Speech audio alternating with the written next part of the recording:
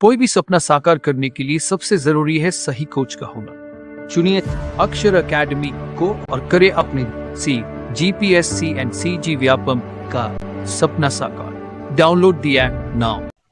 ये आपका दूसरा वाला चैप्टर है, एसएसटी का दूसरा चैप्टर। टेट में जो दूसरा चैप्टर दिया हुआ है एसएसटी का, वो हमारा टॉपिक है वैदिक सभ्यता के बारे में। ठीक, तो आज अपन इसके बारे में पूरा लगभग क्या करेंगे, अपन कंप्लीट कर लेंगे कि वैदिक सभ्यता असल में है क्या, वैदिक सभ्यता के क्या क्या स्रोत थे, ऋग वैदिक काल, उत्तर वैदिक काल, ठीक है, उनकी धार्मिक सामाजिक स्थिति कैसी कैसी रही है और उनकी क्या विशेषता रही है, या परीक्षा में जो पूछे जाने वाले प्रश्न हैं किस तरह के प्रश्न आते हैं। ठीक, तो सबसे पहले मैं बताऊं कि जो वैदिक सभ्यता है, ज्यादातर लोग जो विश्व में जो प्रमुख जो है इतिहास का जो अध्ययन करते हैं, उनका मानना था कि वैदिक सभ्यता का जो निर्माण है वो आर्यों ने किया है। आर्यों के द्वारा ये शासन निर्मित हुआ। इससे पहले अपन सिंधु घाटी सभ्यता पढ़ते थे, जो यहाँ के मूल निवासी हुआ करते थे, लेकिन सिंधु घाटी सभ्यता का क्या हो गया, पतन हो गया। और सिंधु घाटी सभ्यता के पतन हो जाने के बाद एक नई सभ्यता का उदय हुआ, जो जैसे सिंधु घाटी सभ्यता नगरी सभ्यता थी, लेकिन जो वैदिक सभ्यता थी, एक नई सभ्यता उभर कर सामने आई। वो सभ्यता का नाम क्या था, अपना वैदिक सभ्यता था, वैदिक कालीन। ठीक, बहुत सारे विद्वान मानते हैं कि जो आर्य हैं, जो वैदिक सभ्यता का निर्माण करने वाले लोग हैं, वो विदेशी लोग हैं।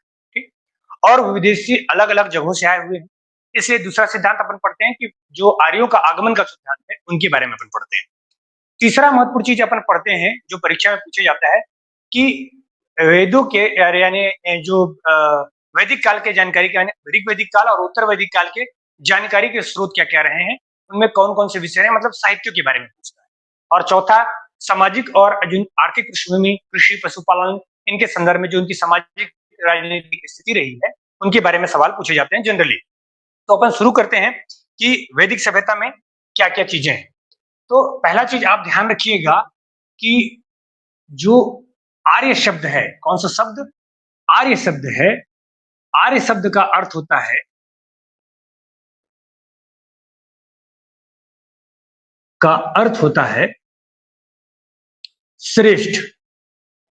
आर्य शब्द का अर्थ होता है क्या, श्रेष्ठ। ये कैसा एक भाषाई विचार है, कैसा विचार है ये, भाषाई विचार है। भाषाई मतलब कोई व्यक्ति के संदर्भ में नहीं देखा जाता है, ये एक भाषाई विचार है, न कि प्रजाति विचार।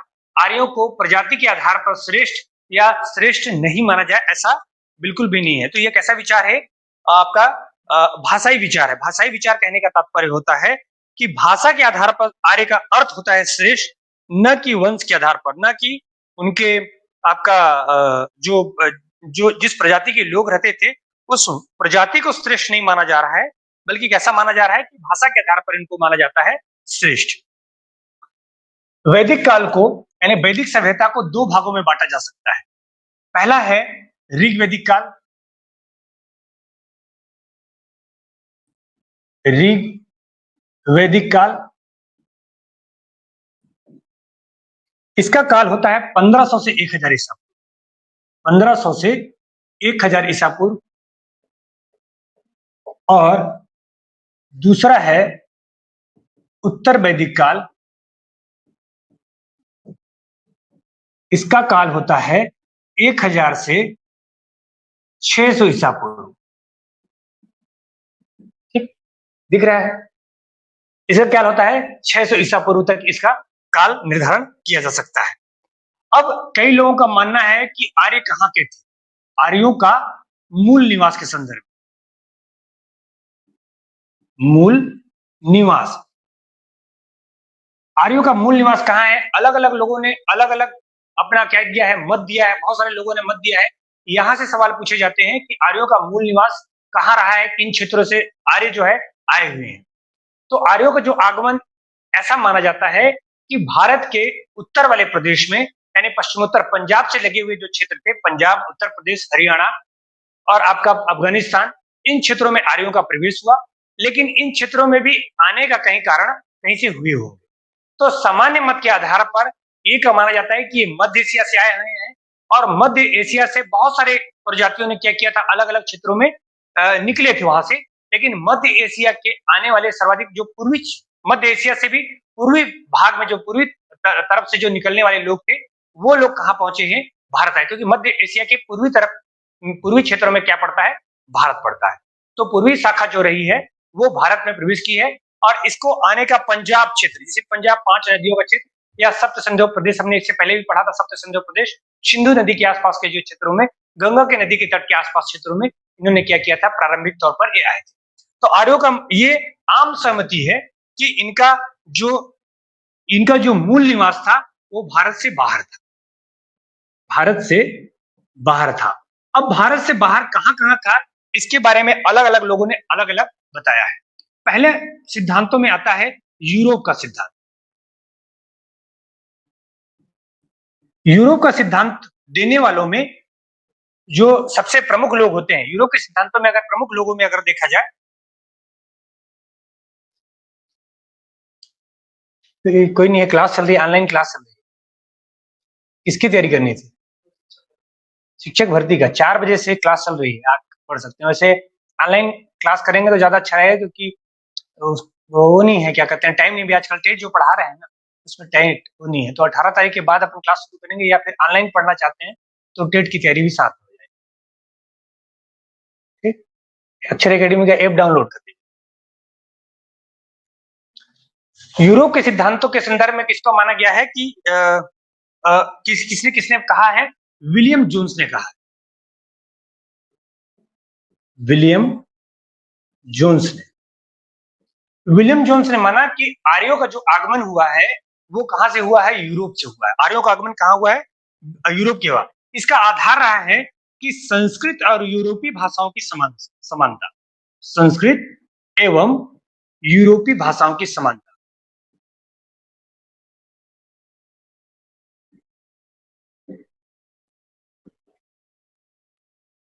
ठीक, संस्कृत और यूरोपीय भाषाओं की समानता की वजह से ये माना जाता है, विलियम जोन्स और अन्य जो सहयोगी रहे हैं उनके द्वारा माना जाता है कि भारत में आर्यों का आगमन कहां से हुआ था, यूरोप क्षेत्र से हुआ था।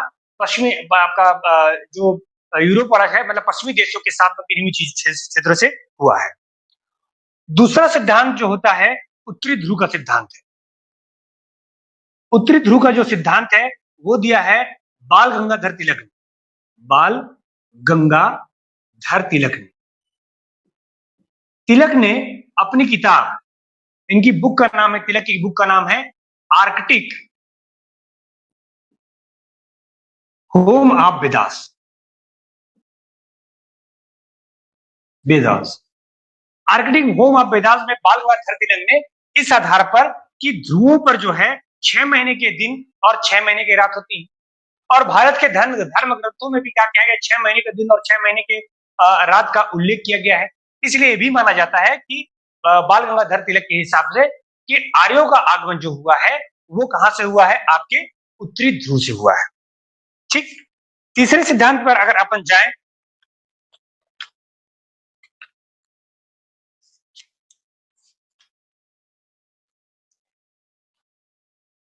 तिब्बत का सिद्धांत।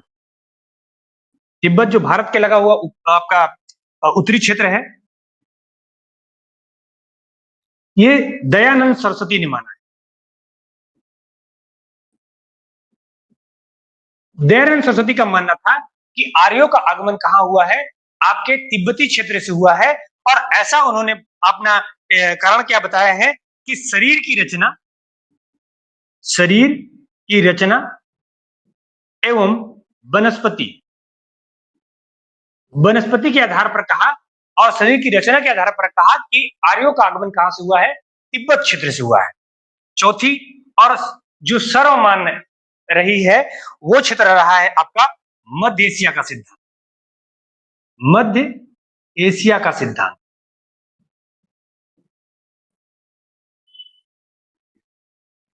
मध्य एशिया का सिद्धांत दिया है मैक्स मूलर।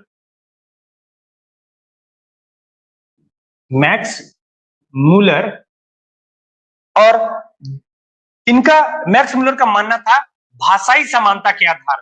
किस समानता के आधार पर, भाषाई समानता के आधार पर ये माना जाता है कि ये कहां से आए हुए, मध्य एशिया का। और ये सिद्धांत कैसा माना जाता है, सबसे महत्वपूर्ण सिद्धांत माना जाता है, सर्वमान्य सिद्धांत माना जाता है। भाषाई समानता के आधार पर मध्य एशिया का सिद्धांत माना जाता है। इसके अलावा 2-3 लोगों ने भारतीय सिद्धांतों में अगर देखा जाए, किसको देखा जाए, भारतीय सिद्धांतों में कुछ ऐसे भारतीय विद्वान रहे हैं जिन्होंने कहा कि भारतीय क्षेत्र से ही इनका क्या हुआ है, आगमन हुआ है, कहीं विदेशों से नहीं हुआ है। उनमें 3 लोगों का नाम प्रमुख है। उन पहला नाम है एस.सी. दास, दूसरा नाम है राजबली पांडे और तीसरा नाम है आपका गंगानाथ झा। ये तीनों ही क्या रहे हैं, इतिहास शास्त्री हैं, इतिहास के बारे में जानते हैं। एस.सी. दास का मानना है कि आपका जो आर्य आए हैं वो सप्त संधो प्रदेश से आए हैं। सप्त संधो प्रदेश मतलब सिंधु घाटी सभ्यता से आए हैं।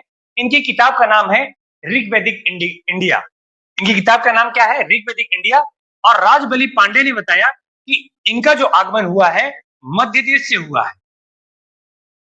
जबकि गंगानाथ झा जो है ब्रह्मर्षि देश को क्या मानते हैं, जो काल्पनिक है, मध्य प्रदेश को मान सकते हैं लेकिन ब्रह्मर्षि देश कोई जगह नहीं है। तो इनका मानना है कि ब्रह्मर्षि देश से क्या हुआ है, इनका आगमन हुआ है। तो क्या क्या ध्यान रखना है, ऋग्वेद 1500 से 1000 ईसा पूर्व, उत्तर वैदिक काल 1000 से 600 ईसा पूर्व, आर्यों का मूल निवास भारत से बाहर हुआ है। यूरोप का सिद्धांत दिया है विलियम जोन्स ने, उत्तरी ध्रुव का सिद्धांत बाल गंगाधर तिलक ने, तिब्बत का सिद्धांत दयानंद सरस्वती ने, मध्य एशिया का सिद्धांत और सर्वमान्य सिद्धांत भी है मैक्स मुलर का। इसके अलावा एस.सी. दास का सप्त संधो प्रदेश, राजबली पांडे का मध्य देश, गंगानाथ झा का ब्रह्मर्षि देश। ये आर्यों के आगमन के मूल सिद्धांत है, जो कि आर्य कहां से आए थे। ठीक, इसके अलावा एक व्यक्ति और हैं जो भारतीय हैं, उनका नाम याद रखिएगा, राम शरण शर्मा। इन्होंने यूरेशिया का सिद्धांत बताया। यूरेशिया जो अल्पास क्षेत्र का, अल्पास जो पर्वत है, अल्पास पर्वत के पूर्वी भाग में है।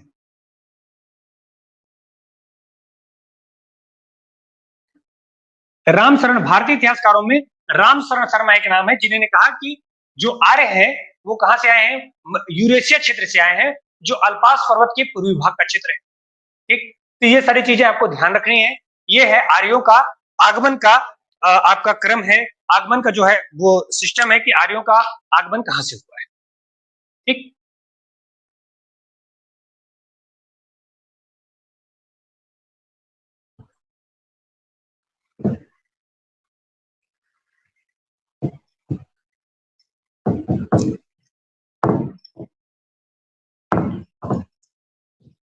अगले पॉइंट पर आते हैं कि आर्यों की जानकारी हमें कहां से प्राप्त होती है। कहां से जानकारी हमें जो प्राप्त होती है, यानी साहित्यों से प्राप्त होती है आर्यों की जानकारी।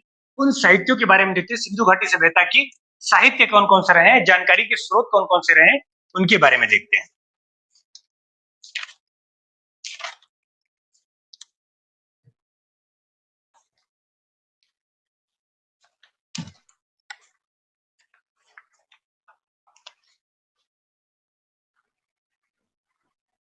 साहित्य, वैदिक काल में वैदिक काल की जानकारी देने के लिए अगर आप देखें तो वैदिक काल की जानकारी के आधार पर वो साहित्य को अपन कितने वर्गों में बांट सकते हैं, 2 वर्गों में बांटा जाता है। पहला है श्रुति और दूसरा है स्मृति। श्रुति का अर्थ होता है सुनना और स्मृति का अर्थ होता है याद रखना। वो ग्रंथ जो इस श्रुति के आधार पर है, मतलब बोले के आधार पर है, सुन सुनकर याद किए गए हैं, जैसे वेद किस में आते हैं, आपका श्रुति ग्रंथों में आते हैं। जबकि स्मृति यानी पुराण और पुराण एवं स्मृति ग्रंथ जो है किस में आते हैं, स्मृति ग्रंथों में आते हैं। ठीक, वेद के 4 भाग होते हैं, आगे अपन चर्चा करेंगे। वेद का होता है ब्राह्मण, संहिता, आरण्यक और उपनिषद, 4 भाग होते हैं, 4 वर्गों में बटे होते हैं। तो इनके बारे में तो वैदिक साहित्य को 2 वर्गों में बांटा जा सकता है। पहला है श्रुति, जिसमें सुना हुआ ज्ञान है, और दूसरा है स्मृति, जो लिखा हुआ ज्ञान है। ठीक, स्मृति से याद करने से याद रखिएगा स्मृति। जो वेद शब्द है वो वेद शब्द का विद धातु से बना है। किस धातु से बना है, विद धातु से बना है, जिसका अर्थ होता है ज्ञान। वेद का अर्थ ही क्या होता है? ज्ञान। वेद किससे बना हुआ है? विद धातु से बना हुआ है, जिसका अर्थ होता है ज्ञान। वेदों को अपौरुषेय माना गया है। कैसा माना गया है? अपौरुषेय माना गया है। अपौरुषेय माना गया है, इसका तात्पर्य होता है कि वेदों की रचना किसी पुरुष ने, किसी व्यक्ति ने नहीं की है। वेदों का ज्ञान जो है वो सीधे किससे प्राप्त हुआ है? ईश्वर ने दिया है। सप्तर्षियों को सबसे पहले दिया था, यानी ब्रह्मा ने अपने पुत्रों, यानी जो 7 पुत्र थे ब्रह्मा के पुत्र, उन सप्तर्षियों को किसने दिया? ये ज्ञान दिया वेदों का। इसीलिए माना जाता है कि ईश्वर ने खुद ही ये ज्ञान किसको दिया है? लोगों तक पहुंचाई है। ये ज्ञान किसी व्यक्ति ने रचा नहीं है, बल्कि ये ज्ञान किसने दिया है? ईश्वर ने स्वतः दिया है। ठीक, चूंकि ऋग्वेदिक काल को 2 वर्गों में बांटते हैं, तो सबसे पहला वेद होता है हमारा ऋग्वेद। पहला वेद कौन सा है? ऋग्वेद है। ऋग्वेदिक काल की जानकारी जो हमने 2 वर्गों में बांटा था, आपका ऋग्वेदिक काल और उत्तर वैदिक काल। तो ऋग्वेद के काल की जो पहला काल होता है, ऋग्वेद के काल की जानकारी जो है हमें ऋग्वेद से प्राप्त होती है। बाकी समस्त चीजों की जानकारी हमें उत्तर वैदिक काल से प्राप्त होती है। बाकी सभी वेद बाद में है। तो इस काल से ऋग्वेद, ऋग वैदिक कालीन जानकारी प्राप्त होती है।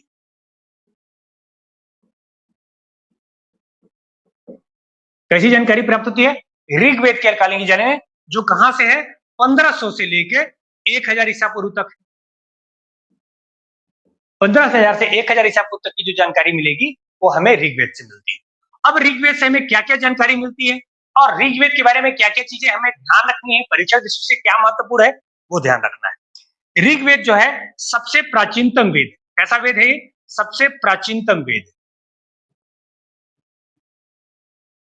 सबसे पहला वेद या सबसे प्राचीनतम वेद क्या है? ऋग्वेद है। ऋग्वेद में जो है 10 मंडल है। कितने मंडल हैं? 10 मंडल हैं। मंडल का अर्थ है अध्याय से। कितने अध्याय हैं इसमें? 10 अध्याय हैं, 10 मंडल। और इन 10 मंडल में आपका 1028 सूक्त है इसमें, जबकि मंत्रों की संख्या है 10,580। ठीक, सूक्त किसमें है? 1028 सूक्त है, 10 मंडल है और 10,580 क्या है? ये आपका मंत्र है, जो किसके लिए थे? देवी देवताओं की, देवी देवता के स्तुति में समर्पित है। देवी देवताओं की स्तुति में समर्पित किए गए हैं। 1000 प्राचीनतम वेद है, 10 मंडल हैं, 10 अध्याय हैं, 1028 जो है सूक्त हैं और 10,580 मंत्र हैं। ये जो है देवी देवताओं की स्तुति में समर्पित किए गए हैं। इनका विषय जो है देवी देवताओं की स्तुति। ध्यान रह गए? इस वेद में इसका जो है 10 मंडल जो है वो दूसरा एवं दूसरा वाला, दूसरे एवं दूसरे से एवं नहीं, दूसरा से लेके 7वां तक ये प्राचीन है। सबसे प्राचीन कौन है? दूसरा से 7वां। जबकि पहला एवं 10वां जो है सबसे नवीन है, जो सबसे बाद में जोड़े गए। ठीक, इसके मंडल के आधार पर देखें तो 10 मंडल में बटा हुआ है, तो दूसरा से 7वां जो है सबसे प्राचीन है, प्राचीनतम भाग है, जबकि पहला से लेकर 10वां तक क्या है? सबसे नवीन भाग है, उसका सबसे बाद में जोड़े गए हैं, सबसे नवीन भाग।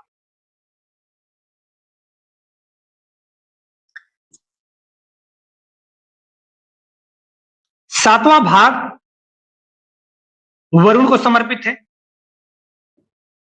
तीसरा भाग गायत्री मंत्र है। 9वां भाग सोम को समर्पित है और 10वें भाग में इसे पुरुष सूक्त कहा जाता है।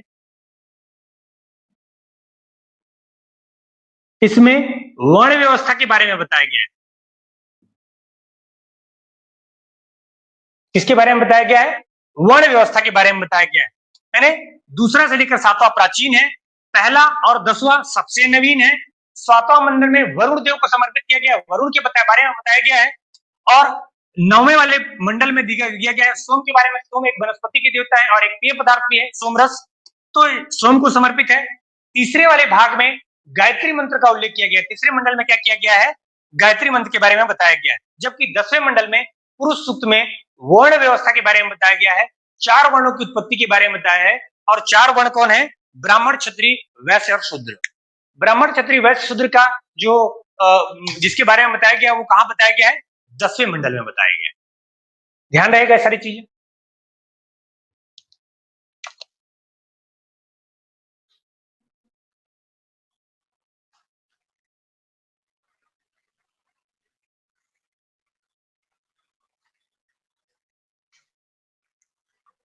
दूसरा जो वेद है वो है सामवेद। कौन सा वेद है, दूसरा वेद है आपका सामवेद, जो है दूसरा वेद माना जाता है।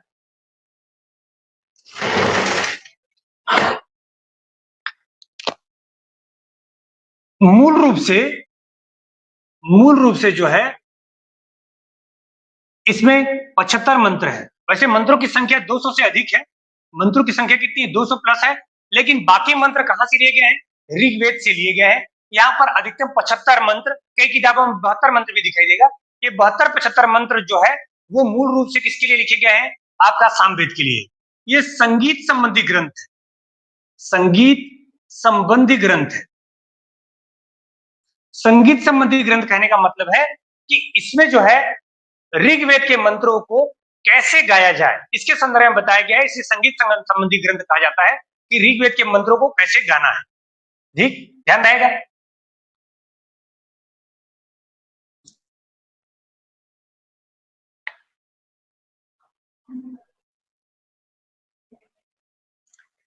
इसका उपवेद जो है वो है आपका गंधर्व वेद। ठीक,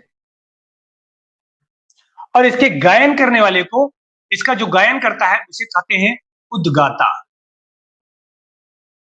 इसके गायनकर्ता को क्या कहते हैं, उद्गाता कहते हैं।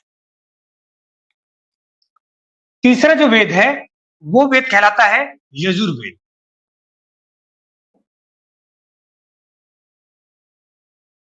यजुस, यजुर्वेद किससे बना है, यजुस से बना गया है। और यजुस का मत होता है मंत्र। यजुस का अर्थ क्या होता है, मंत्र होता है। यजुर्वेद मंत्र, तंत्र, मंत्र इत्यादि जो है किसी किसके बारे में कहा गया है, इसमें यज्ञ के बारे में, कर्म कांडों के बारे में और अनुष्ठान इत्यादि के बारे में वर्णन किया गया है। यजुर्वेद में यज्ञ, कर्मकांड, अनुष्ठान, यजुस शब्द जो है मंत्रों से बना हुआ है। अनुष्ठान वगैरह के बारे में इसमें बात कही गई है। ये गद्य और पद्य दोनों में लिखे गए, गद्य में भी है और पद्य में भी है। ये जो है पद्य में है और ये भी जो है किसमें है, पद्य में है। ठीक, यजुर्वेद क्या है, यजुस मंत्रों को ढाला गया है और यज्ञ, कर्मकांड, अनुष्ठान गद्य और पद्य किसमें होता है, दोनों में रचना की गई है। अच्छा, आपका ऋग्वेद, सामवेद और यजुर्वेद, इन उक्त 3 वेदों को, इन 3 वेदों को कहा जाता है वेद त्रयी। क्या कहा जाता है इन्हें, वेद त्रयी की संज्ञा दी जाती है। ऋग्वेद, सामवेद और यजुर्वेद को वेद त्रयी की संज्ञा दी जाती है, ये ध्यान रखना। चौथा वेद जो है वो आपका कौन सा वेद है, अथर्ववेद। ये अंतिम वेद है और इसमें जो है इसे ब्रह्म वेद भी कहा जाता है। क्या कहा जाता है, ब्रह्म वेद कहा जाता है। इसमें चिकित्सा विधि, जादू टोना एवं अनार्य मान्यताओं को भी क्या किया गया है, शामिल किया गया है।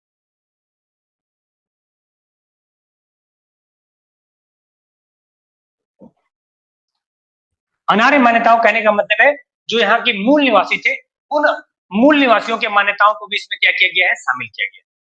ठीक, तो पहला वेद कौन हो गया, ऋग्वेद हो गया, जो ऋग्वेद कालीन है। और इसमें जो है, अच्छा, इसको कौटिल्य ने, कौटिल्य नाम का जो व्यक्ति है, विष्णुगुप्त चाणक्य जो है, कौटिल्य ने इसको इतिहास की श्रेणी में रखा है, वेद की श्रेणी में नहीं। किस श्रेणी में रखा है? इसको इतिहास माना है, ये पूछा हुआ है। तो साहित्य दो वर्गों में बांटा जा सकता है, एक है श्रुति यानी वेद, दूसरा है स्मृति यानी पुराण और स्मृति ग्रंथ। वेद जो है विद धातु से बना है, इसे अपरुषीय माना गया है, किसी पुरुष ने इसकी रचना नहीं की है। ऋग्वेद काल की जानकारी देती है। इसका प्राचीनतम पद है, 10 मंडल है, 1028 सूक्त है, देवी देवता की स्तुति में लिखे गए हैं। आपका दूसरा से लेकर 7वां सबसे प्राचीन है, पहला और 10वां जो है सबसे नवीन है। 7वां वरुण को, तीसरा गायत्री मंत्र लिखा हुआ है, 9वां सोम को, 10वां जो है पुरुष सूक्त का बना है। याद रखिएगा, गायत्री मंत्र की रचना एक बार पूछा हुआ है कि गायत्री मंत्र की रचना किसने की थी? तो गायत्री मंत्र की रचना की थी विश्वामित्र ने। गायत्री मंत्र की रचना पूछा हुआ है, तो गायत्री मंत्र की रचना किसने की है? विश्वामित्र ने जो है गायत्री मंत्र की रचना की।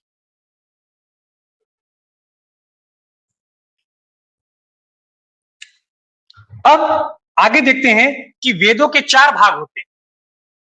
इन वेदों के भी कितने भाग होते हैं? 4 भाग होते हैं।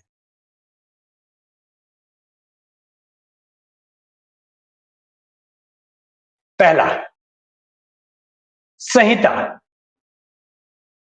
संहिता क्या होती है? तो जो संहिता जो है, मंत्रों और सूत्रों का जो संकलन होगा, मंत्रों का और सूत्रों का जो संकलन होगा, उस संकलन को अपन क्या कहते हैं? संहिता कहते हैं। संहिता अपन किसे कहेंगे? मंत्रों और सूत्रों का जो संकलन होगा, उन्हें अपन क्या कह सकते हैं? आपका संकलन को ही अपन क्या कह सकते हैं? संहिता कहते हैं। दूसरा, ब्राह्मण। ब्राह्मण ग्रंथ है। ब्राह्मण क्या है? ग्रंथ है। तो हर वेद का अपना अपना ब्राह्मण ग्रंथ होगा, एक से अधिक भी हो सकते हैं, ब्राह्मण ग्रंथ होते हैं। इनमें इनकी जो विषय वस्तु होती है, वो संहिता और ऋचा की व्याख्या करते हैं। संहिता की और ऋचा मतलब श्लोकों की, ऋचाओं की क्या करते हैं? व्याख्या करते हैं। कैसी व्याख्या करते हैं? शास्त्र सम्मत। शास्त्र सम्मत जो है वो क्या करेंगे? व्याख्या करेंगे। उनका सही अर्थ क्या होगा, उनके बारे में बताया जाता है। तो शास्त्र सम्मत व्याख्या कौन करते हैं? ब्राह्मण ग्रंथ कहते हैं। ये गद्य में लिखे गए हैं। इसमें लिखे गए हैं, ये गद्य में लिखे गए हैं।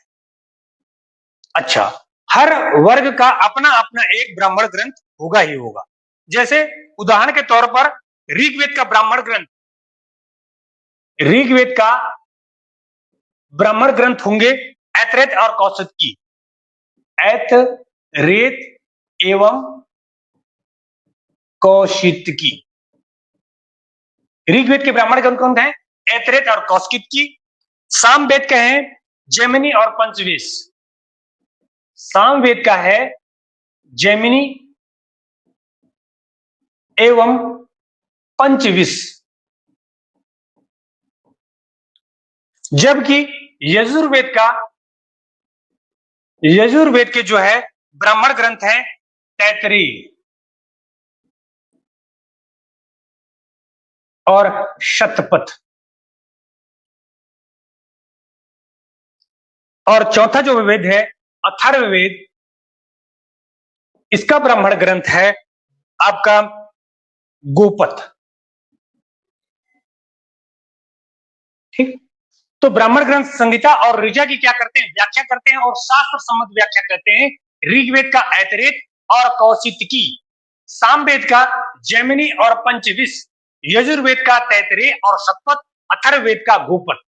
ये आपके क्या है? ब्राह्मण ग्रंथ।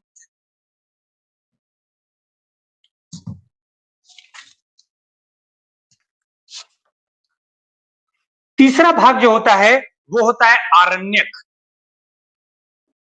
आरण्यक का मतलब होता है जंगल, यानी ये आपका ब्राह्मण ग्रंथ तो कहते हैं, इनका अर्थ होता है वन या जंगल।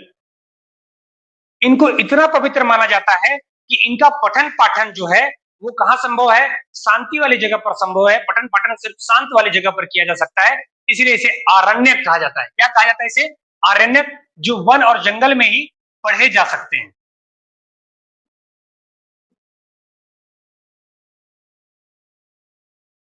इसमें जीवन के जो है उच्चतम मूल्य एवं आध्यात्मिक बातें जीवन के उच्चतम मूल्य और आध्यात्मिक बातों का वर्णन कहां किया गया है? आरण्यक में। और चौथा भाग है इसका और अंतिम भाग है उपनिषद। उपनिषद का अर्थ होता है समीप बैठना, समीप बैठना। और जब गुरु के समीप बैठकर जब ज्ञान प्राप्त किया जाता है तब कहा जाता है उपनिषद। इनकी संख्या है 108। इनकी संख्या कितनी है? 108 है। हमारे पास उपनिषदों की संख्या कितनी है? 108 उपनिषद हमारे पास मौजूद है। उपनिषदों में अगर देखा जाए तो दर्शन की बातें की हैं। किसमें? आत्मा, परमात्मा,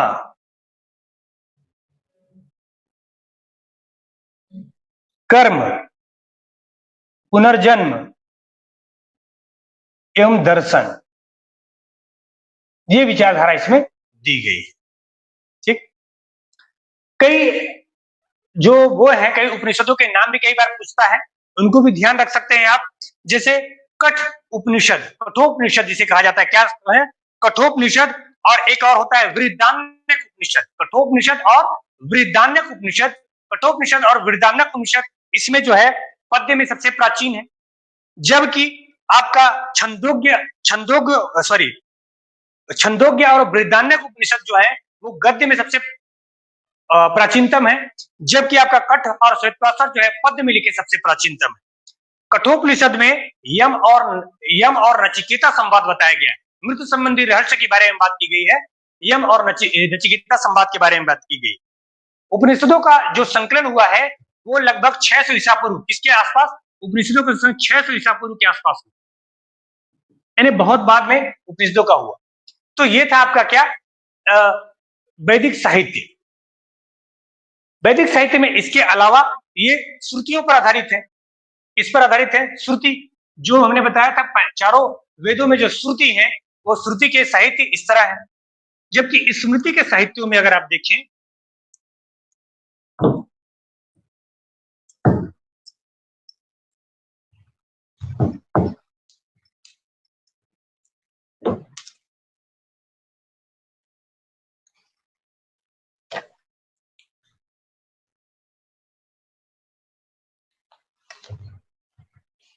किसके साहित्यों में? स्मृति के साहित्यों। तो स्मृति के साहित्यों में है पहला वेदांग। वेदांगों की संख्या 6 है। वेदांगों की संख्या कितनी है? 6। कौन कौन सी? शिक्षा, दूसरा है छंद, तीसरा है निरुक्त, चौथा है व्याकरण, पांचवा है ज्योतिष,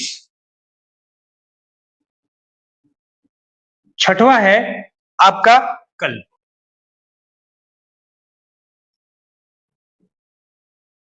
वेदों का ज्ञान समझने के लिए इन 6 वेदांगों का ज्ञान होना आवश्यक है। इन 6 वेदांगों का, तो इनमें शिक्षा में उच्चारण संबंधी बातें बताई गई। कैसे उनको, कैसे प्रोनाउंसिएशन उनका कैसे करना है, शब्दों को कैसे बोलना है, क्योंकि कठिन सहित संस्कृत में लिखा हुआ है। तो आपका उस संस्कृत को पढ़ने के लिए उसका उच्चारण कैसे करना है, इसके बारे में वर्णन किया गया है आपका शिक्षा में।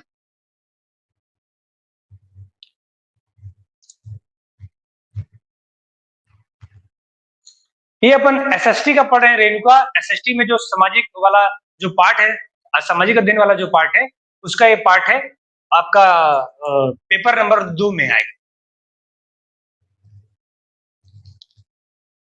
दूसरा, छंद में जो है पद रचना नियम दिए गए। पद रचना नियम, पदों की रचना कैसे करनी है। निरुक्त जो है एक प्रकार का कैसा है? शब्दकोश है, जबकि व्याकरण तो व्याकरण ही होता है। ज्योतिष ज्योतिषी है। और कल्प जो है वो यज्ञ अनुष्ठान की विधि के बारे में बताया गया।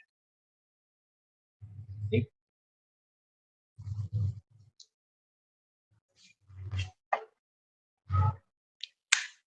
शिक्षा के लिए सबसे जो किताब है शिक्षा प्राप्त करने के लिए, इसकी किताब है प्रतिसाक्ष्य सूत्र। प्रतिसाक्ष्य सूत्र। ठीक, प्रतिशाक्त सूत्र जो है प्राचीनतम है। और दूसरा जो है इसके लिए रचना है, छंद रचना के लिए छंद सूत्र, यह पिंगल मुनि ने लिखी है। किसने लिखी है? पिंगल मुनि ने। शब्दकोश जो है, जो शब्दकोश लिखे गए हैं वो भाषा विज्ञान के है, यास्क की रचना है निरुक्त। किसने लिखी है इसे? यास्क ने। जबकि व्याकरण के लिए दो ग्रंथ हैं। व्याकरण के लिए कितने ग्रंथ हैं? दो ग्रंथ हैं। पहला है पाणिनि का अष्टाध्यायी। पाणिनि का क्या है? अष्टाध्यायी दिख रहा है, अष्टाध्यायी। और पतंजलि का है महाभाष्य। ये दोनों किसके हैं? व्याकरण के हैं। ज्योतिष के लिए लब्ध मुनि की रचना है ज्योतिष। और कल्प के लिए एक कोई विशिष्ट किताब नहीं। ठीक? तो ये क्या हो गया? वेदांग हो गया पहला। पहला मैंने सूत्र आपका जो है वेदांग हो। दूसरे नंबर पर अगर आप देखें तो पुराण। दूसरे सूत्र क्या है? पुराण। पुराणों की जो संख्या है वो है 18। पुराण का मतलब होता है आख्यान। पुराण का मतलब क्या होता है? आख्यान। और पुराणों की संख्या है 18। ठीक, इसे पंचम वेद भी माना जाता है। कैसा माना जाता है? पंचम वेद।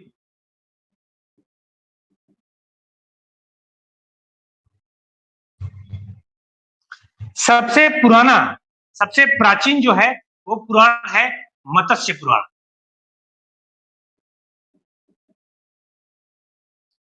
और तीसरे नंबर पर आते हैं महाकाव्य। महाकाव्य में एक है रामायण और दूसरा है महाभारत। रामायण की रचना वाल्मीकि ने की, जबकि महाभारत की रचना वेद व्यास ने की। ठीक, ये संबंधित जो है महाकाव्य। तो ये थे आपके वैदिक साहित्य। पहले वाले भाग में हमने देखा आपका इस श्रुति के बारे में देखा, वेद और उनके वेद के जो अंग हैं वो श्रुति के हिस्से हैं। जबकि वेदांत, पुराण और महाकाव्य जो है ये किसमें आते हैं? इसके अलावा स्मृति ग्रंथ भी है। चौथे नंबर पर है स्मृति ग्रंथ। स्मृति ग्रंथ जैसे मनुस्मृति, जो प्राचीन विधि ग्रंथ है। कैसा विधि ग्रंथ है? विधि ग्रंथ है मनुस्मृति। तो ये स्मृति ग्रंथों में ये भी आते हैं, ये ध्यान रखना है। ठीक, ये था आपका साहित्य। हमने सबसे पहले आर्यों के आगमन को देखा, फिर साहित्य को देखा। अब देखते हैं उनकी सामाजिक और स्थिति कैसी रही है। ऋग्वेद काल और उत्तर वैदिक काल की सामाजिक स्थिति कैसी रही।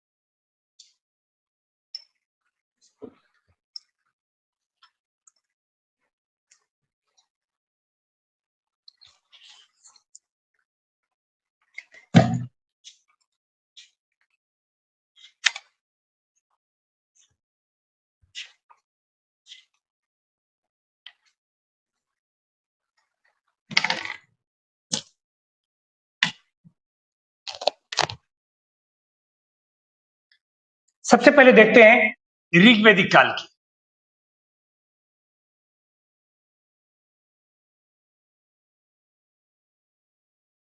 की स्थिति। अलग अलग वर्गों में देखेंगे कौन कौन से ऋग्वैदिक काल में कौन कौन सी स्थिति रही है, कैसा रहा है, उनका समाज कैसा रहा है, आर्थिक स्थिति रही, कैसे कृषि क्या था, पशुपालन क्या था, उनके बारे में। तो सबसे महत्वपूर्ण चीज है, आपको क्या क्या चीजें ध्यान रखनी है कि जो आर्य थे, आर्य कबीलों में निवास करते थे। सबसे पहले क्या कर लीजिए, राजनीतिक दशा को लिख लीजिए, राजनैतिक दशा। पहला क्या है, राजनीतिक दशा। ये आर्य कैसे रहते थे,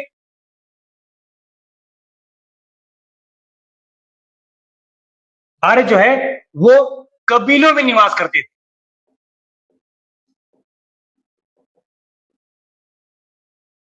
ठीक, अभी तक जो है जो आर्य थे वो कबीलों में निवास करते थे। इनका शासन जो है वंशानुगत नहीं था, शासन जो है वंशानुगत नहीं था।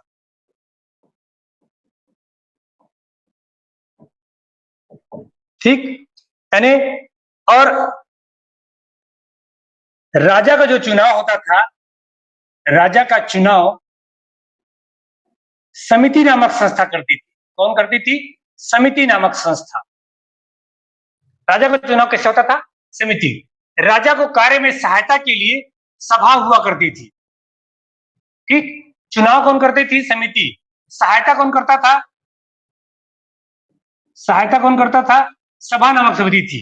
और एक प्राचीनतम परिषद थी, इसका नाम था विदत। क्या नाम था उसका, विदत। राजा का चुनाव समिति नामक संस्था करती थी। इसके लिए इस राजा की सहायता सभा करती थी। और इसका प्राचीनतम परिषद था, इसे किस नाम से जाना जाता था, विदत के नाम से जाना था, विदत। ठीक, राजा का जो कार्य था वो कार्य था पशुओं की रक्षा,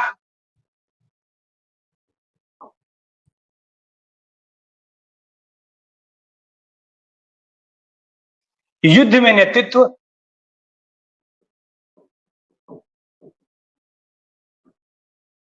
पशुओं की रक्षा करना, युद्ध में नेतृत्व करना और न्याय करना,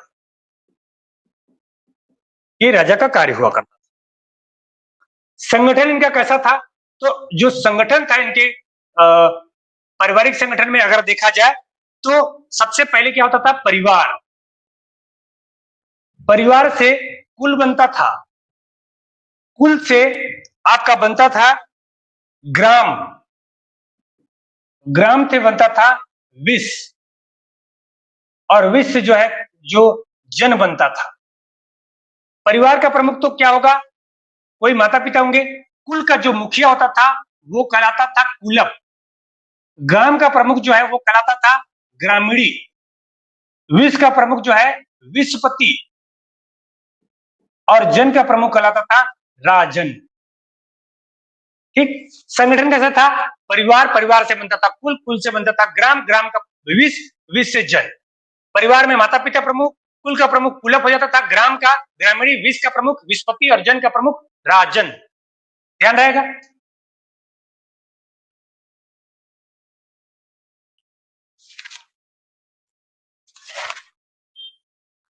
प्रमुख अधिकारियों में अगर देखा जाए, प्रमुख कर्मचारी अधिकारी में देखा जाए तो प्रमुख अधिकारी होता था पुरोहित। पुरोहित जो है जो राजा का गुरु होता था। क्या होता था, राजा का गुरु होता था। इसके अलावा एक अधिकारी होता था वाज, व्राजपति, जो प्रमुख होता था चारागाह का, चारागाह का प्रमुख होता था ये। राजा इस टाइम में जो है खुद कर संग्रह नहीं लेता था, स्वेच्छा से जो अंश मिलता था उसे बलि कहा जाता था। राजा को लोग अपनी स्वेच्छा से अंश देते थे, कोई टैक्स नहीं लिया जाता था, बल्कि स्वेच्छा से जो अंश मिल जाता था उसे बलि कहा जाता था। ठीक, ध्यान रहेगा। चारागाह का प्रमुख वाजपति और पुरोहित इसका प्रमुख अधिकारी था। इसके अलावा युद्ध करने वाले जो लोग थे वो कहलाते थे व्रात, गण, ग्राम, सर्ग इत्यादि जो है इकाई युद्ध काम करती थी। पुलिस जो है वो कहलाते थे उग्र। पुलिस क्या कहलाता था, उग्र। जबकि गुप्तचर जो है वो कहलाते थे स्पर्श।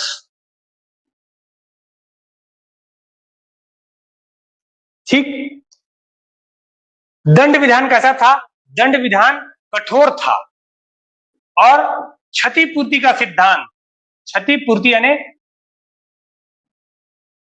अगर किसी का नुकसान हो जाता है उसके बदले में नुकसान की भरपाई कर देने से वो क्या हो जाता है? माफ कर दिया जाएगा। क्षतिपूर्ति का एक कानून था, उसे कहा जाता था वैरदेय, वैरदेय कहा जाता था। ध्यान रह गई।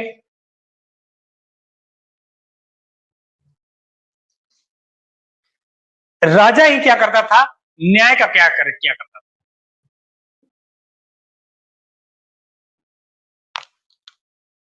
ठीक। सामाजिक दशा कैसी थी? समाज कैसा था? तो समाज जो है पितृ प्रधान हुआ करता था। पितृ प्रधान कहने का मतलब है आपका पितृपुरुष, जैसे अभी वर्तमान में पितृ सत्तात्मक या पितृ प्रधान कहा जाता है, पिता का वंशज चलता है, उस तरह से ये लोग भी क्या हुआ करते थे? पितृ प्रधान या पुत्र वंशज हुआ करते थे। ठीक। लेकिन समाज जो था समतावादी था, नारियों को पर्याप्त स्वतंत्रता थी।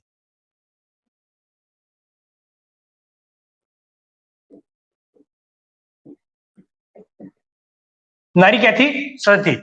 नारी जो है वो सभा में, समिति में, यज्ञ में भाग ले सकती थी। नारियों को जो है स्वतंत्रता दी गई थी और ये यज्ञ सभा समितियों में क्या कर सकती थी? भाग ले सकती थी। इसमें विधवा विवाह, बहुपत्नी विवाह,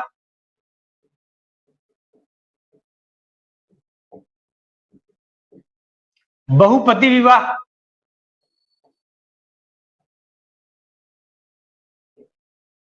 का प्रचलन था, लेकिन बाल विवाह नहीं थी। यही ध्यान रखना है। बाकी सभी प्रकार के विवाह प्रचलित थे, लेकिन बाल विवाह का प्रचलन नहीं था। वर्ण व्यवस्था कैसी थी? तो वर्ण व्यवस्था के बारे में ब्राह्मण, क्षत्रिय, वैश्य और शूद्र, इनका वर्णन जो है 10वें मंडल में, ऋग्वेद के 10वें मंडल के पुरुष सूक्त में है। लेकिन यह विभाजन जो है स्पष्ट नहीं था। और ये विभाजन किस आधार पर होता था? कर्म के आधार पर होता था, जाति के आधार पर या वर्ग के आधार पर इसका विभाजन नहीं होता था। ठीक। कोई भी व्यक्ति ऊंच नीच का भेद बिल्कुल नहीं था। ऊंच नीच का भाव नहीं था। पहला समाज कैसा था? समतावादी था। जाति के आधार पर, वर्ग के आधार पर या लिंग के आधार पर किसी तरह का भेदभाव नहीं था। कोई वर्ण व्यवस्था में किसी तरह का भेदभाव नहीं था इनके।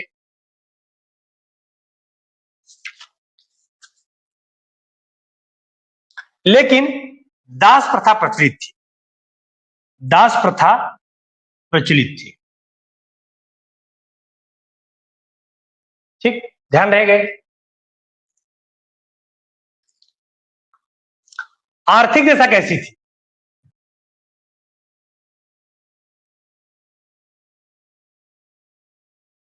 आर्थिक दशा, ये लोग, इनका मुख्य पेशा जो है कृषि और पशुपालन था।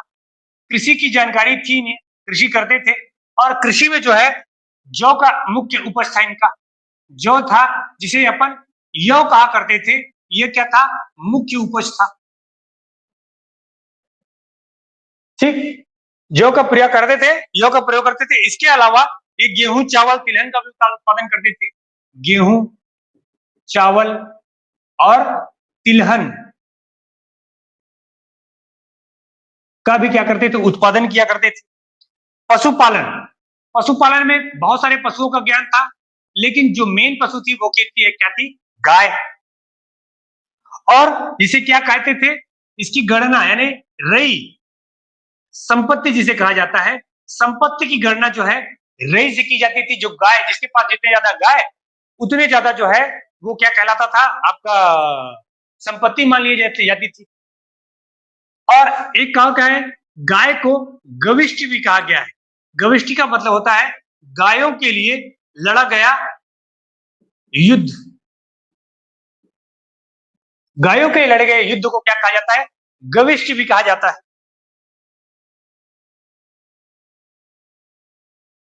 व्यवसाय, व्यवसाय जो है अपेक्षाकृत कम था। कृषि और पशुपालन की तुलना में व्यवसाय इनका क्या था? अपेक्षाकृत कम था। लेकिन बढ़ई, चर्मकार, बुनकार, ठीक है, कताई बुनाई का काम जो है वो कौन करती थी? महिलाएं करती थी।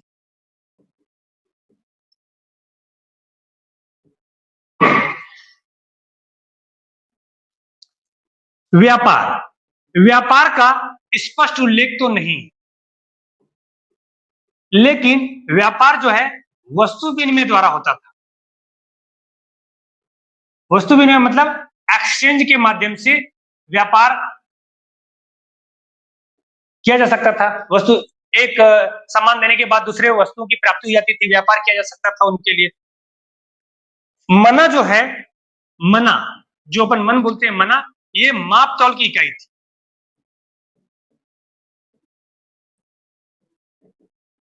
माप तौल की इकाई क्या थी? मना।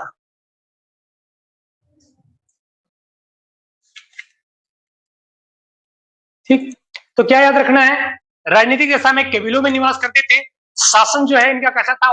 वंशानुगत नहीं था। राजा का चुनाव होता था, समिति करती थी, राजा की सहायता सभा करती थी, प्राचीनतम परिषद को विधक कहते थे। राजा का कार्य था पशु की रक्षा करना, युद्ध में नेतृत्व करना और न्याय करना। इनका संगठन था परिवार, परिवार के बाद कुल, कुल के बाद ग्राम, ग्राम के बाद विश्व, विश्व का जन। कुल का प्रमुख कुलव, ग्राम का ग्रामीणी, विश्व का प्रमुख विश्वपति, जन का प्रमुख राजन। अधिकारी पुरोहित होता था जो राजा का गुरु है। वाजपति जो है चारागाह का प्रमुख होता था।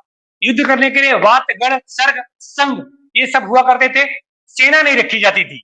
पुलिस उग्र कहलाता था, गुप्तचर जो स्पर्श कहलाते थे। दंड विधान कठोर था। क्षतिपूर्ति का कानून वैध लागू था। राजा ही न्याय का काम करता था।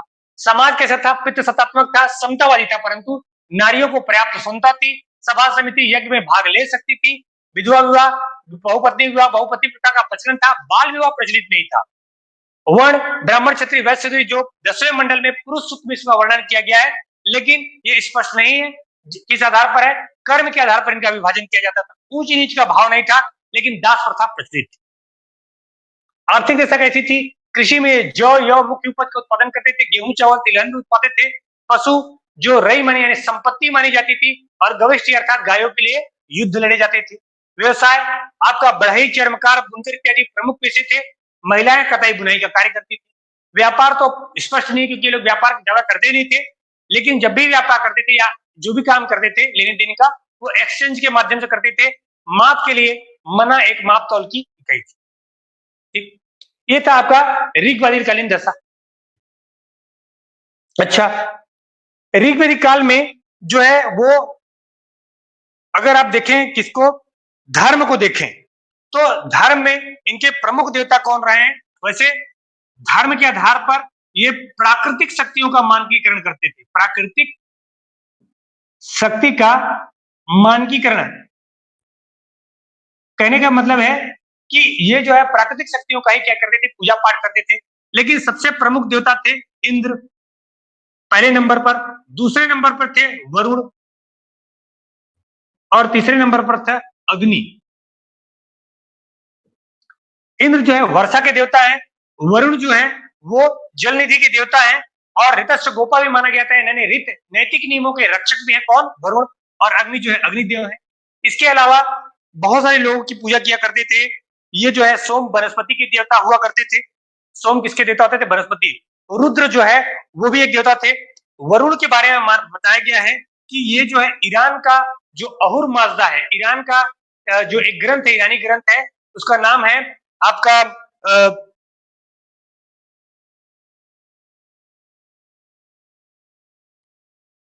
ईरानी एक ग्रंथ है। उस ईरानी ग्रंथ में इसके विशेष समीपता पाई गई है। अहुर माजदा के रूप में इसमें उल्लेख किया है।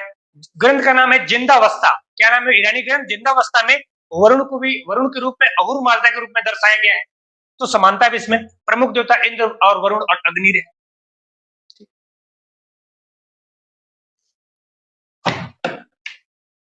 ये था आपका ऋग्वेद काल का है। अब उत्तर वैदिक काल भी देख लेते हैं।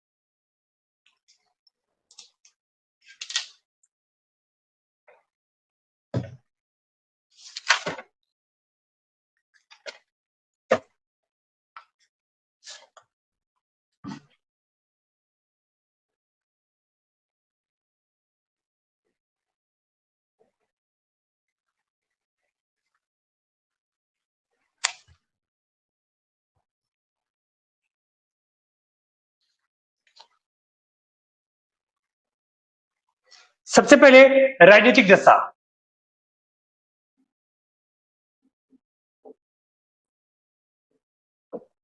ठीक, राजनीतिक दशा में जो है उत्तर वैदिक काल में धीरे धीरे बड़े राज्यों का उदय होने लगा। बड़े राज्यों का क्या होने लगा? उदय होने लगा। जो पहले कबीले थे, कबीले के सलन से बड़े राज्य उदय हुए और ये बड़े राज्य क्या कहलाए? जनपद कहलाए। ठीक, तो पहले जो कबीला हुआ करता था ऋग्वेदिक काल में, जिसका प्रमुख राजा राजन हुआ करता था, जन हुआ करता था, अब वो क्या कहलाने लगा? जनपद कहलाने लगा, यानी बड़ा हो गया, थोड़ा उसका संगठन होने लगा। कौशल,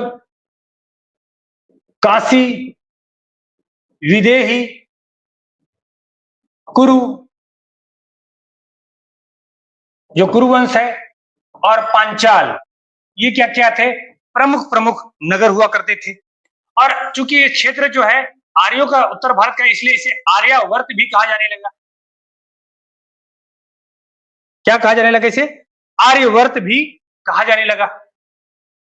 राजा, राजा का जो है वो अब वंशानुगत हो गया। पहले जो है वंशानुगत नहीं हुआ करता था, लेकिन राजा का पद क्या हो गया? वंशानुगत हो गया। समिति का प्रभाव क्या हो गया? कम हो गया। क्योंकि पहले समिति क्या करती थी? राजा का चुनाव करती थी। अब राजा की समिति की समिति जो है उसका प्रभाव कम हो गया, लेकिन सभा के महत्व में वृद्धि हो गई। सभा के महत्व में वृद्धि हुई और समिति का प्रभाव क्या होने लगा? क्योंकि राजा का चुनाव करते थे, अब राजा का चुनाव कैसा हो गया? वंशानुगत हो गया ये पोस्ट, तो अब समिति का प्रभाव क्या हो गया? कम पड़ गया। साथ में पुरोहितों के महत्व में वृद्धि हुई।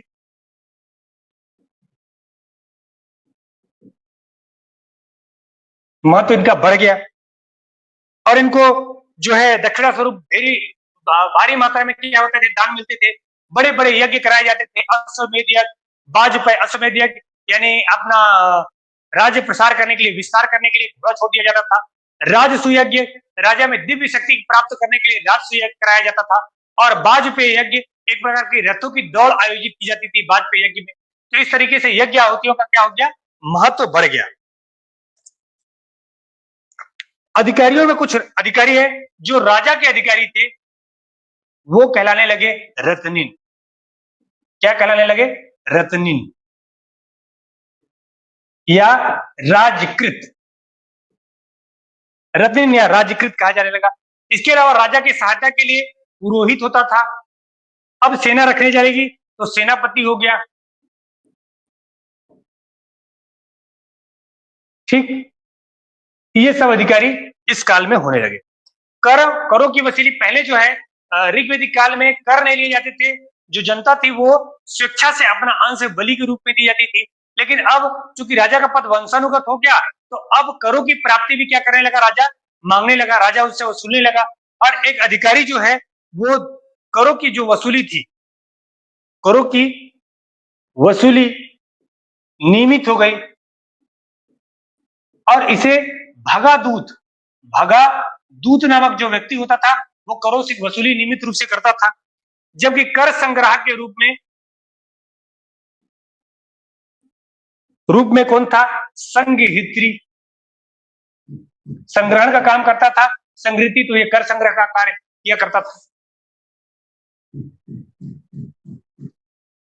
ठीक।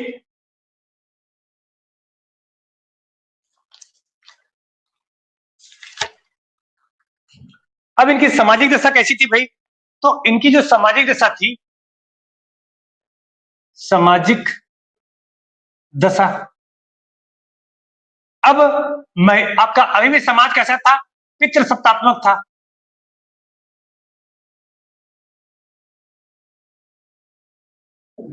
पितृसत्तात्मक था। ठीक। चार वर्ण का जो है क्या हो गया? स्पष्ट विभाजन हो गया।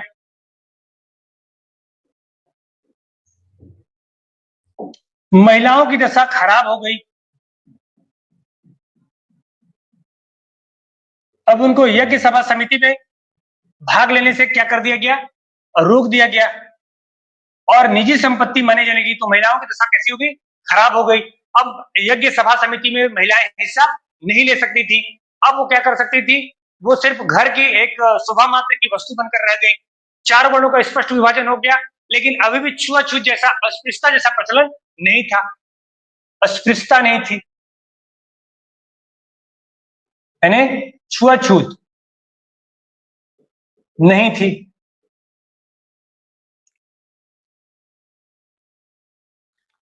गोत्र व्यवस्था तथा आश्रम व्यवस्था प्रारंभ हो गई। गोत्र व्यवस्था का मतलब है कि एक ही मूल पुरुष के जो वंशज हैं, जहां पर अपने गोधन को बांधा करते थे, तो वहां से इनकी गोत्र व्यवस्था प्रारंभ हो गई। एक ही कुल के लोग, एक ही गोत्र के लोग कहलाने लगे। और आश्रम व्यवस्था, जीवन को 100 वर्ष का मानकर क्या कर दिया गया? विभाजन कर दिया गया कि पहले से आपका 0 से लेकर 25 साल तक इसमें ब्रह्मचर्य आश्रम, जिसमें शिक्षा प्राप्त करना है। 25 से लेकर आपका 50 साल तक गृहस्थ आश्रम, विवाह और गृहस्थ धर्म का पालन करना है। 50 से लेकर 75 तक वानप्रस्थ आश्रम, जैसे समाज कल्याण का काम करना है। और 75 से लेकर 100 साल तक ये जो है आपका संन्यास आश्रम, जिसमें प्रभु की भक्ति करनी है, वनों में चला जाना है। ये आश्रम व्यवस्था क्या हो गया? स्थापित कर दिया गया।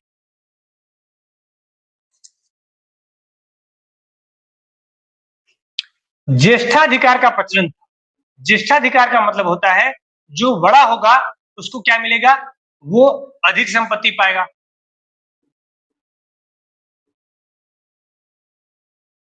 और कन्या जो है दुख का विषय वस्तु वही, कन्या दुख का, कन्या जन्म जो है हर्ष का विषय नहीं रह गया, अब दुख का विषय हो गया। 8 प्रकार के विवाह का उल्लेख मिलता है। 8 प्रकार का विवाह का मिलता है। और 8 प्रकार के विवाह, गंधर्व विवाह, कौन कौन से विवाह हैं? आपका ब्रह्म विवाह, प्रजापति विवाह, आर्य विवाह, देव विवाह, असुर विवाह, राक्षस विवाह, पिशाच विवाह और गंधर्व विवाह। अभी भी दहेज का प्रचलन नहीं था। सॉरी, दहेज प्रचलित हो गई थी। दहेज प्रथा क्या हो गया था? यहां पर प्रचलन आ गया था। अभी भी अंतरजातीय विवाह लेकिन प्रचलित थे।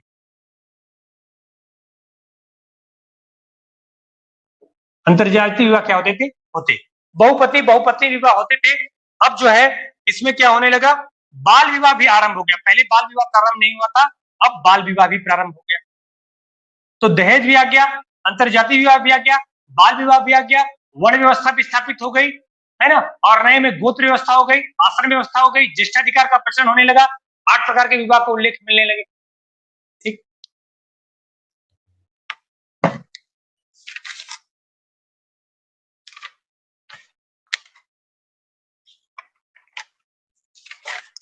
धर्म कैसा था इनके काल में? धर्म के आधार पर अगर देखा जाए तो धर्म में भी काफी परिवर्तन हुआ। धार्मिक व्यवस्था में, अर्थव्यवस्था में ज्यादा परिवर्तन नहीं हुआ। जैसा वो करते थे वैसे ही अर्थव्यवस्था भी चलता रहा, लेकिन धर्म के आधार पर इनमें क्या हो गया? जो इंद्र, वरुण और अग्नि जो देवता थे वो क्या हो गए? थे महत्वपूर्ण, लेकिन सर्वाधिक महत्वपूर्ण कौन हो गया स्थान? प्रजापति का। किसका स्थान हो गया? प्रजापति का सर्वाधिक महत्व, प्रजापति यानी ब्रह्मा का स्थान प्रमुख हो गया। इनके महत्व में क्या हो गई? कमी हो गई। इंद्र, वरुण और अग्नि के महत्व में कमी हो गई, जबकि सर्वाधिक जो है महत्व किसको मिलने लगा? प्रजापति को सर्वाधिक महत्व मिला, यानी ब्रह्मा को। रक्षक देवता हो गए कौन? विष्णु।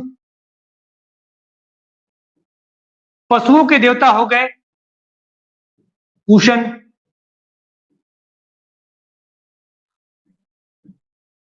और संहारक देवता हो गए रुद्र यानी शिव। ठीक। यज्ञों के महत्व में अत्यधिक वृद्धि हुई। यज्ञ के महत्व में क्या हुआ? अत्यधिक वृद्धि हो गई।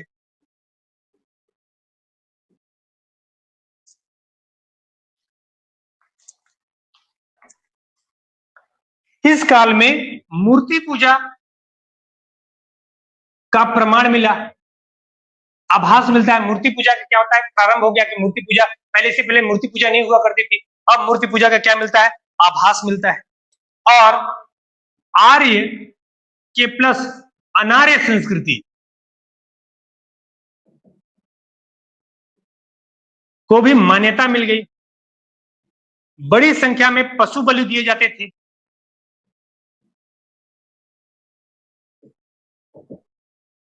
ठीक। तो इनकी धार्मिक स्थिति कैसी थी? ये सर्वाधिक प्रजापति देवता हो गए, रक्षक विष्णु देवता हो गए, पूषण जो पशुओं के देवता थे, ये शूद्रों के भी देवता माने गए हैं। और संहारक देवता कौन हो गए? रुद्र। यज्ञ के महत्व में अत्यधिक वृद्धि हो गई। मूर्ति पूजा का प्रमाण मिलने लगा। आर्य और अनार्य संस्कृति इसमें शामिल कर ली गई, मान्यता दी गई उसको। पशु बलि, बड़ी संख्या में पशुओं की बलि होती थी। ये था उत्तर वैदिक काल। एक बार फिर से ध्यान दीजिएगा। राजनीति कैसा कहती? बड़े राज्य का उदय, जो जनपद कहलाते थे, कौशल, काशी, वैदेही, कुरु। कौन सा वंश है? कुरु वंश है, जो दुर्योधन वाला। और पांचाल, कौन? आपका द्रौपदी। ये सब आर्यवर्त कहलाते थे।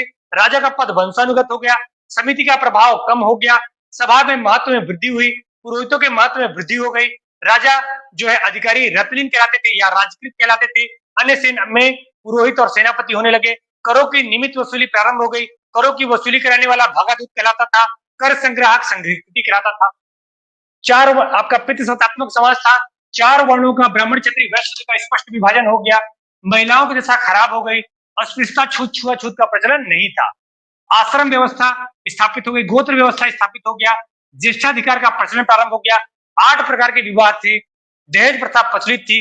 अंतरजातीय विवाह होते थे। ठीक, इंटरकास्ट मैरिज और बाल विवाह की प्रचलन। इंद्र धर्म में आधार पर देखें कि इंद्र, वरुण, अग्नि के महत्व में थोड़ी कमी आ गई।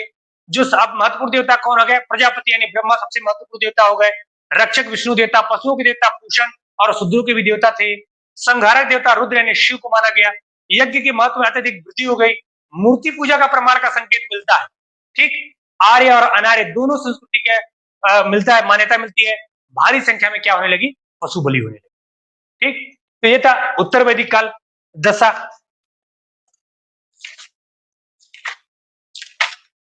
ठीक, तो ये आपके सिलेबस में वैदिक काल का सिलेबस डाला हुआ था। इसके नोट्स मैं टेलीग्राम में डाल दूंगा, आप वहां से क्लिक कर सकते हैं। और कोई भी कंफ्यूजन होगा तो आप मुझे कॉल कर सकते हैं, कॉल कर सकते हैं। ठीक है, और टेलीग्राम में मैं इसके नोट्स डालूंगा। लगातार टेलीग्राम में जो क्वेश्चन डल रहे हैं उनको आप क्या कीजिएगा? हल कीजिएगा, सॉल्व करके देखिए कैसे क्वेश्चन है टेलीग्राम में। टेलीग्राम अपना चैनल है क्या? मिशन टेट एंड शिक्षक भर्ती, मिशन टेट एंड शिक्षक भर्ती 2022। वहां पर आप ज्वाइन कीजिए। लगातार आपको क्या मिलेंगे? क्वेश्चन पेपर मिलेंगे, वहां से क्वेश्चन डल रहे हैं, वहां से भी अपडेट हो सकते हैं।